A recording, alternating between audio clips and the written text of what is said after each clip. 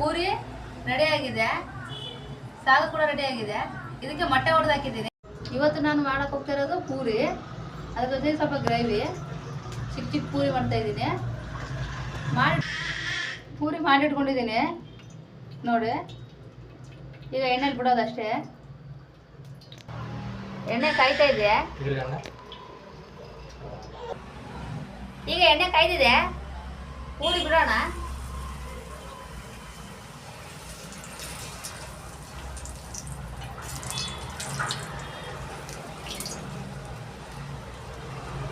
ನೋಡಿ ಈ ತರ ಬಂದಿದೆ.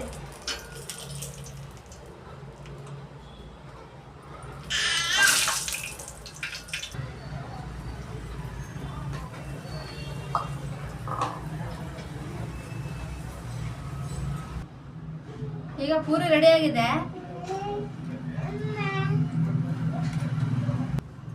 ಈಗ ಗ್ರೇವಿ ರೆಡಿ ಮಾಡ್ಕೊಳ್ಳೋಣ. ಟೊಮೊಟೊ ಹಾಕೊಂಡಿದ್ದೀನಿ, ಕರಿಬೇವು, ಎಣ್ಣೆ ಹಾಕ್ತಾ ಇದ್ದೀನಿ.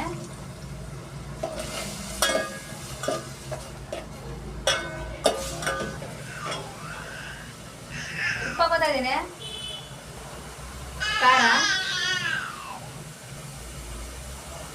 ಅರಿಶಿನ, ಸ್ವಲ್ಪ ನೀರು ಹಾಕೋತಾ ಇದ್ದೀನಿ.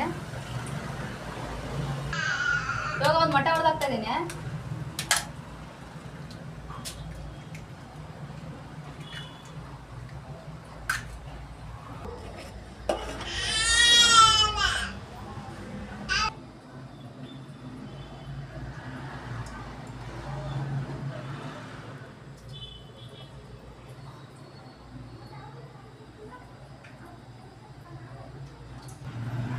ಪೂರಿ ರೆಡಿ ಆಗಿದೆ, ಸಾಗು ಕೂಡ ರೆಡಿ ಆಗಿದೆ.